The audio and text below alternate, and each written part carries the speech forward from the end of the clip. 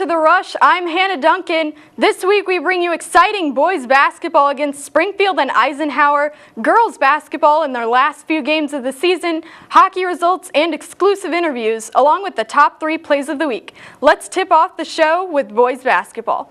The Titans had a big challenge going up against the Springfield Senators last Friday in a very tight game, and they couldn't let up going against the Decatur Eisenhower Panthers on Tuesday. Let's turn it over into the highlights.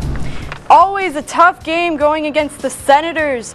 Obadiah Church, huge player for the Sens, as you see him here. He would come up big time in this game. Always gets a lot of dunks, but he would really show that in this game too. Ethan Hunt, stepping up big time for Glenwood, one of the younger role players in this game.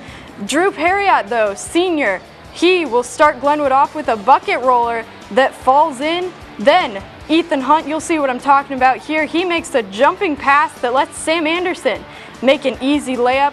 But Springfield will come back into this game with Obadiah Church, as I was talking about, a monster slam dunk that gets them on the board. They led 12-7 after one quarter. On to the second. Parker Allen gives the ball to Harper, who makes the jumping layup to keep Glenwood in it. Then Cole Harper again, big player always, with another great layup that adds on to Glenwood's score. Springfield's Obadiah Church, though, trying to restart their offense with a crazy layup that gets them going.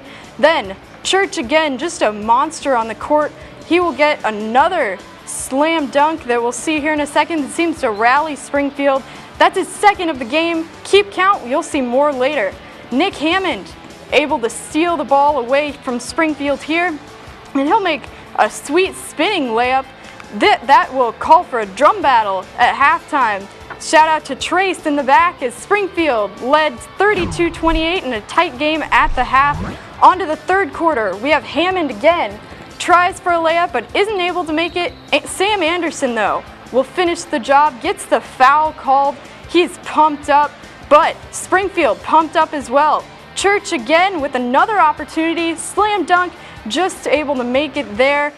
Crazy player he is, but Cole Harper, another crazy player with the ball, passes it to Ethan Hunt. He drains the three, and Cole Harper next again will have the ball, and he'll make a beautiful shot that adds 3 more to the board. Glenwood comes alive with the 3 ball, and they will take the lead 42-40. We move on to the fourth quarter. Springfield will start off strong. They'll start it off with a layup that goes up and in, but Ethan Hunt responds, making, I'd say, an even cooler layup there. But once again, Obadiah Church, you've heard his name many times, another slam dunk for Springfield. But Drew Perriott continues the scoring with another 3 that keeps Glenwood alive. Then he's eaten. After losing the ball to Springfield's Church, he makes another slam dunk that adds up to 4 in the game so far. Cole Harper able to steal the ball. He'll go coast to coast for the jumper, taking it all the way down the court.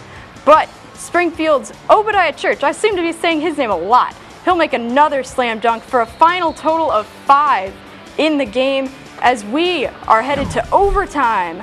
At stake, Ethan Hunt tries for the layup, but Harper is able to complete it to rally the Titans. Big shot, huge game on the line here. Hunt will come back. Harper pumped up, as you see the crowd's pumped up too. Hunt will come back to add on with a great layup. That pumps up the crowd as well, as the Titans led 65-62 with about 7 seconds left in the game. Springfield tries to make a last attempt at retaking the lead with a layup, but it won't be enough. Cole Harper grabs the ball and secures the lead as Glenwood would come out on top in this big game in overtime. First overtime game that we've had highlights for this season. But final score 65-62. Cole Harper with 27 points and 11 rebounds. Ethan Hunt with 17 points for Glenwood. Now time for some post-game interviews. Cole pulling out Obi from the lane opens it up for me to drive in there, and that's what I did, and I got to the line a few times. We came out playing bad defense, and I guess our offense has picked us up tonight, but we didn't play very good, and we're lucky to come out with a win on that one. They got tons of talent, with Obi and their guard play. You know, they're a really good team. So every time they're going to grind you. Their offense is good. They're stellar. So you know, our defense wasn't too good tonight. And coming into a game like this, we needed good D, and we're lucky to come out with a win. We missed some. I missed a couple free throws down the stretch. Obi was a little off from the free throw line tonight, but you know, it all kind of worked out in the end for us. You know, Obi's a great player, so we knew if we could stop you know, a little bit of his game, like free throws or the jump shot, that maybe we could live with the rest. We had a slow start again, and you know, our defense, the defense the whole night was just a step slow, and to pick it up on offense, to grind one out like that, it was good. Oh, it was great. Just to get into overtime, to come back and do that was good, and then, you know, get a nice 5-point lead. It was relaxing. We got to build off this one. You know, we got to get back to our defensive ways. Coming out like that and allowing 62 points is just not us. So get back on tomorrow, play some defense, and get ready for Eisenhower.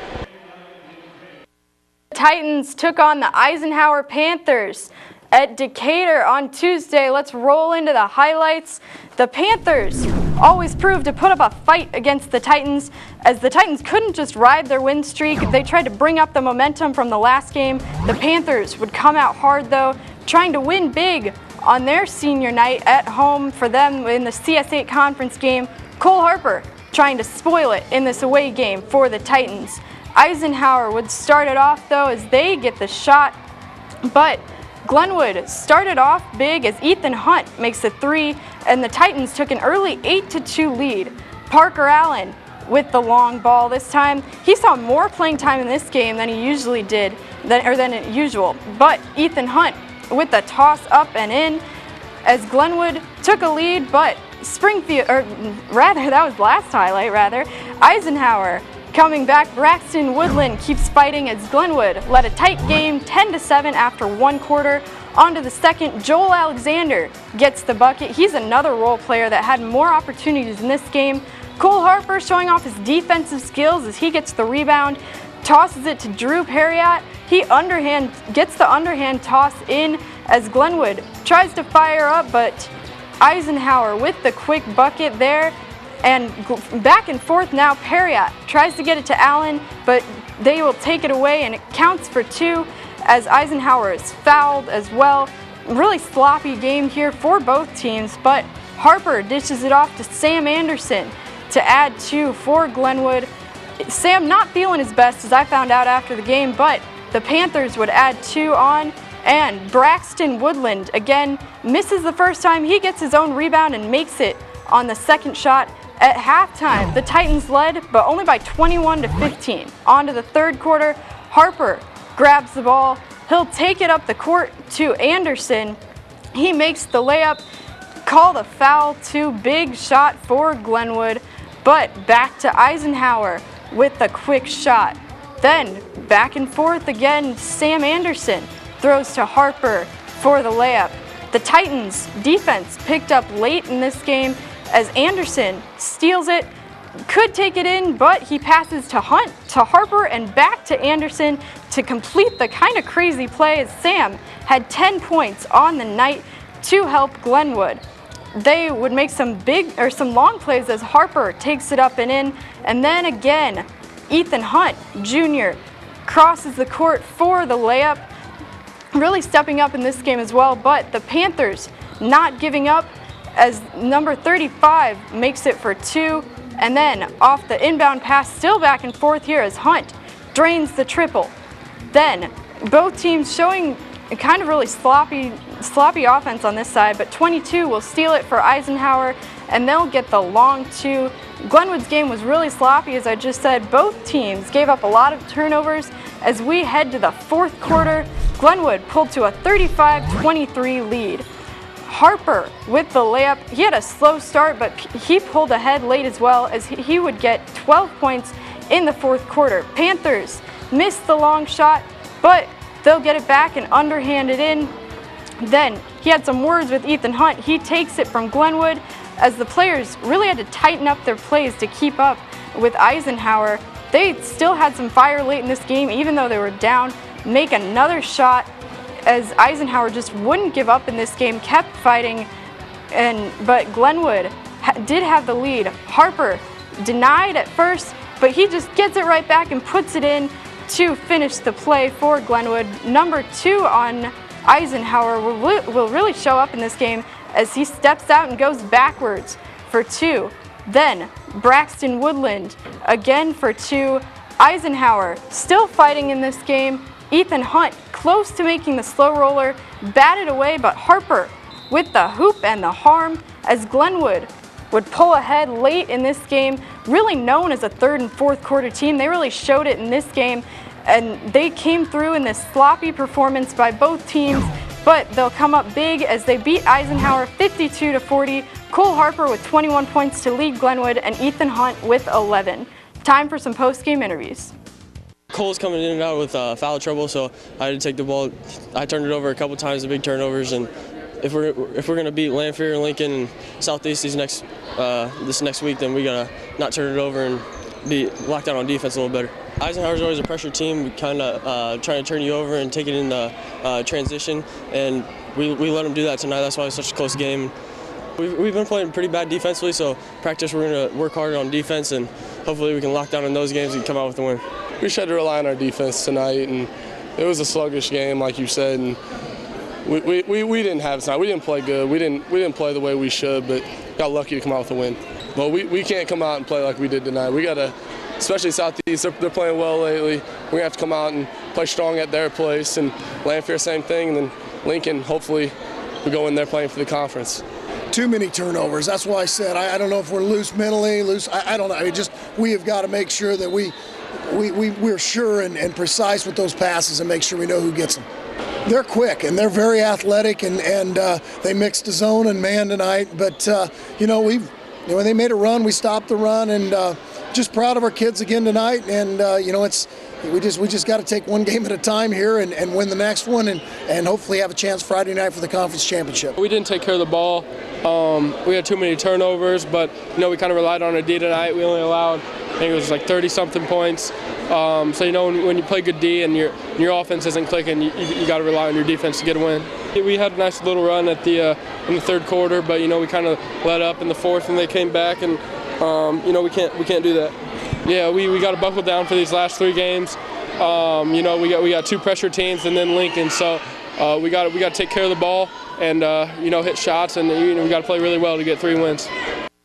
With the win, the Titans improved to 21-5 overall, staying in a tie with first place for Lincoln.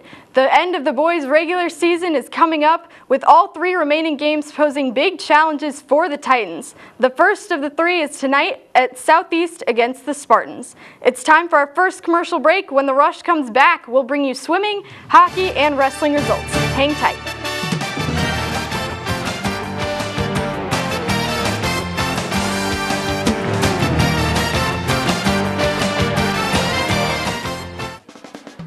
Fat Willie's in Chatham is a great family restaurant that supplies a wonderful dining experience. We offer outstanding fried chicken and over-the-top Walleye pizza. With quality products at affordable prices, Fat Willie's is the way to go.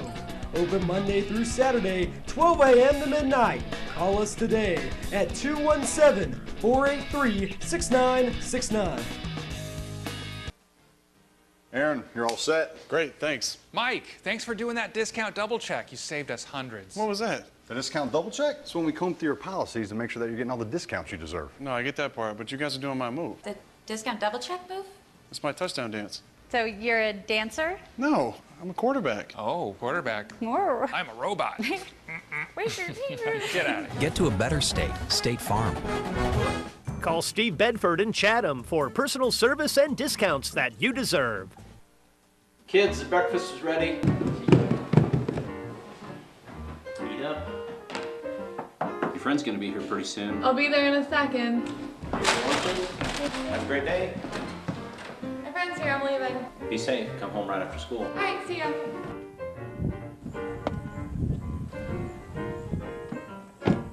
Wow, your dads are really looking out for you. That's not my dad. That's my family's financial advisor, Mr. Sullivan. Sullivan Financial, looking out for your investments and your family.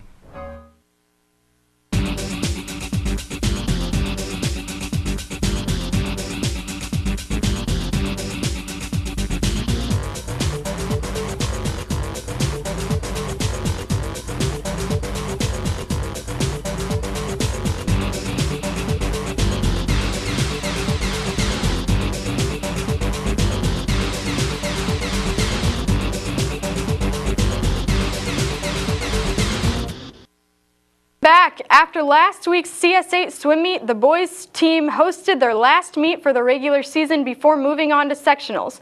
The meet would also be senior night as we give a shout out to our seniors, Sam Childress, Gabe Powell, and Brian Mueller.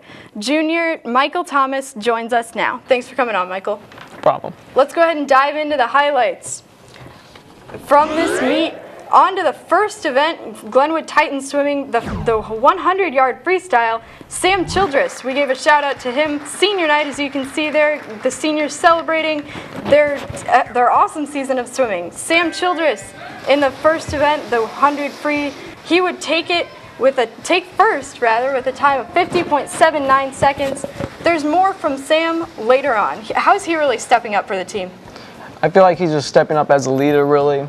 And he's really filling his place as the leader, and he's really showing the underclassmen what to do, and it's a great leader position. Next, we see you showing off some moves on the board, taking first place in the 1-meter dive with a final of 243 points. That's a PR. How'd it feel, and what's the technique for you? It felt great. Each time that I break it, it feels great, and the technique really is just to try different dives and try to see how I can improve. On to the 200 IM, Sam Childress owns the pool with a first place time of 2:05. Next, we have our senior on senior night, Gabe Powell, taking fourth place with 25.8 seconds in the 50 free. How's he another senior that's really trying and improving? Again, another great senior, and I feel like he's just trying out so many different things just to be a great leader. Seen a lot of seniors, but last we have the backstroke with true freshman Logan Capps as he backstrokes his way to a 104 and fourth place. How's he really being one of the younger leaders? He's just, again, stepping up as a leader. I feel like he's going to be a great person in future years. Glenwood would get third for the invite with 80.5 points. O'Fallon just winning everything, though, 124 points. And SHG comes in second with 111.5. Now we have interviews from after the meet. I think we'll, of course, start with Sam Childress, who will be swimming the events that he's swum at the conference meet. And he will be shooting for the state cut again, and hopefully go a little faster, and that'll give him a better placement at the state meet. I performed pretty well. I was right around all my best times. Most of the team, including me, swam off events today. So given that, we all swam pretty well. Well, we're going to taper, so we're going to back off on some of the yardage. Everybody's going to be swimming their main events, something that didn't happen today, and we're going to be a lot more rested, so we're going to have a lot more faster swimming going on. The freshmen have progressed very well. They started out, several of them were very new to the sport, and they have shown a tremendous amount of progress, and the ones who had some experience have continued to make a lot of progress also. Today we had a nice job. Some of the boys swam events that are not the ones that they normally would swim, and some of them were swimming events that they won't swim at the sectional meet, but they had nice races today. So Michael, you had a PR at the last meet with a score of 243 points on diving. Are you confident in getting another PR at sectionals, or what's that going to take? I'm very confident, actually. I've been doing a lot of different dives. I've been trying different stuff with my friend Nick, and I feel like I should be able to get a PR. And what's the attitude of the whole team coming into this sectionals tomorrow? I mean, I feel like we practice very hard, and I feel like we're just going to give it all that we can and hope to do our best. Trying to give it all that you can. What do you think you guys will be able to do tomorrow, and how have you been preparing? Well, what we've been trying to do is, of course, eat healthy. We've been practicing, and we plan on getting a really good night's sleep before. And what kind of teams are you guys going to be up against tomorrow? What's your biggest competition? I feel like probably Springfield and SHG. They're going to be a good competition, but we should be able to do good. Well, good luck, and thanks for coming on. Thank you. The boys' sectional meet is tomorrow at Eisenhower Pool with diving at 9 a.m. and swimming at 1. The seniors of the Glenwood hockey team got a taste of action against Decatur last Friday. Let's go ahead and skate on into those results.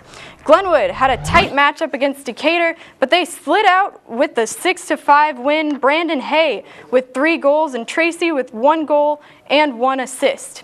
They also played their last regular season game against the best team in the conference, Bloomington. Let's check out those results. The Titans were unable to keep up with the offensive power of the Sharks as Bloomington wins big 10-4. Brandon Hay with all 4 goals and Gray with 27 saves. Make sure to go see the hockey team at the Nelson Center to witness a very important rival game that can guarantee a spot in the Lincoln Land Cup. The game starts at 8:30 on Monday.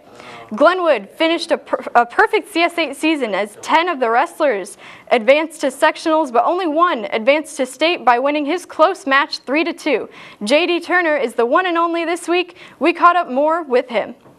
It's definitely different. The rest of the team's going hard, getting ready for team sectionals, and coaches don't want to push me too hard so I don't get hurt. It's definitely a weird feeling. But we have a good team, a lot of great wrestlers. Just, hard matches, couldn't get it done. It was definitely scary knowing when he took me back down the mat with I'd say about 10 seconds left. I was definitely scared because I didn't think I was going to be able to keep him down for the ultimate tiebreaker, and he would have been the one going to state, but got lucky. Ref called a stall call, got my point, and I won. Make sure to go see JD and cheer him on at state. Now it's time for our last commercial break of the day. When we come back, we'll bring you girls basketball and the top 3 plays of the week. Stay right there.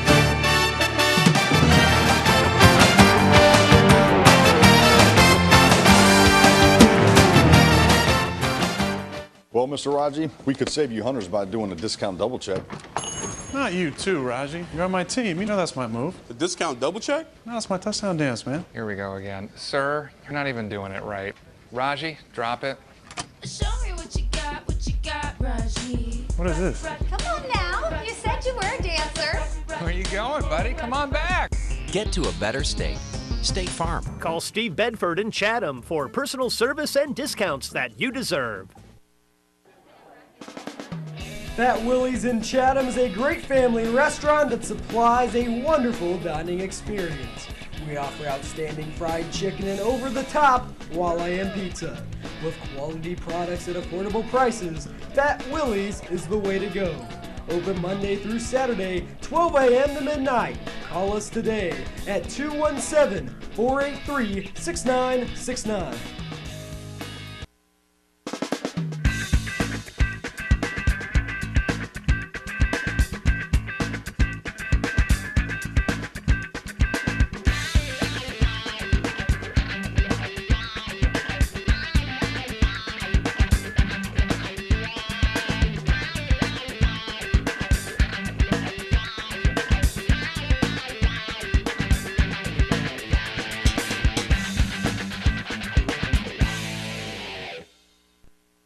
Kids, the breakfast is ready. Eat up. Your friend's gonna be here pretty soon. I'll be there in a second. Have a great day. My friend's here, I'm leaving. Be safe. Come home right after school. Alright, see ya.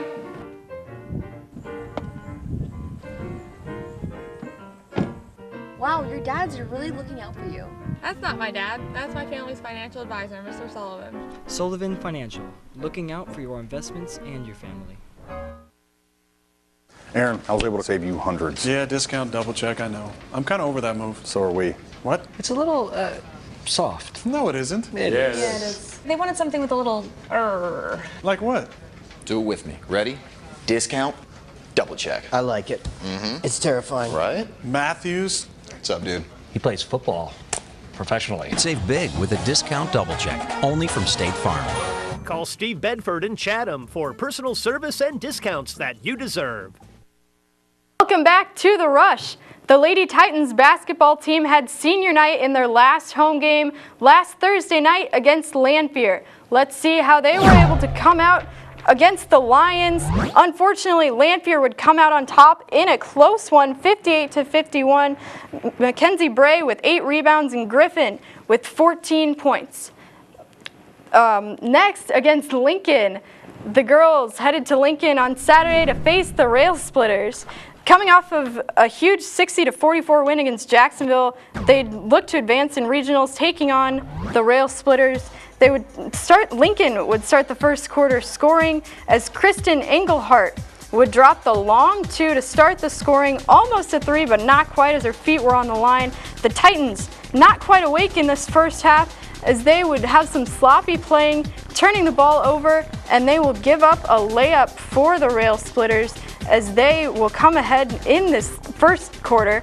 But let's move on to the second quarter. Different quarter, almost a different day for the Titans as they show some good ball movement, passing it around the arc, and it will eventually lead to an open three for Mackenzie Bray as Glenwood still passing, showing a lot of their teamwork, and Mackenzie Bray with the three.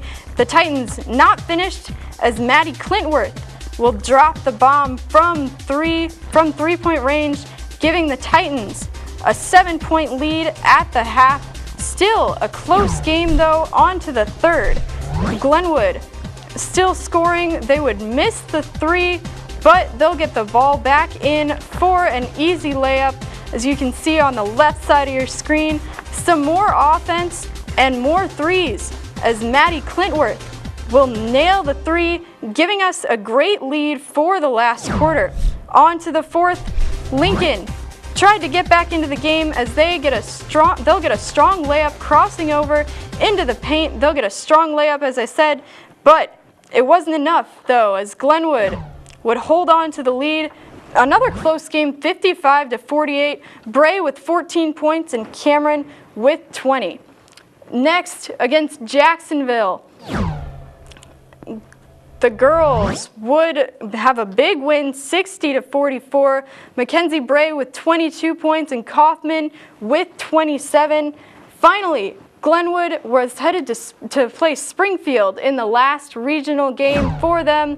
Unfortunately, Springfield would come out on top, 73-51. Deverman with 2 blocks and Robinson with 7 rebounds. After the final, our teleprompter's a little bit off. The girls have finished a great season. We look forward to seeing the team back and better than ever next season. Now it's time for the top 3 plays of Glenwood sports this week. Let's start the countdown with play number 3, a home game for the Titans as Ethan Hunt can't quite get the shot to go, but Cole Harper, right behind him to finish it as Glenwood had a nail-biter against the Springfield Senators. Play number 2 is all Nick Hammond as he steals the ball and spins it in for 2 in a pretty cool play. The top play this week though, same game as Ethan Hunt will get the shot to roll in, and he gets the foul called. That was a huge play as the Titans rallied to beat the Springfield Senators in overtime. Tune in next week for another edition of the Top 3. That's all for this week's episode of The Rush. The boys basketball team heads to Southeast tonight at 7:45, and they have senior night at home on Tuesday against the Lanphier Lions, also at 7:45. We hope to see you there supporting all of your senior stars. Boys swimming has sectionals tomorrow starting at 9 a.m. at Eisenhower Pool, and wrestling qualifiers have individual state this weekend at the State Farm Center in Champaign. Thanks for watching. See you next week.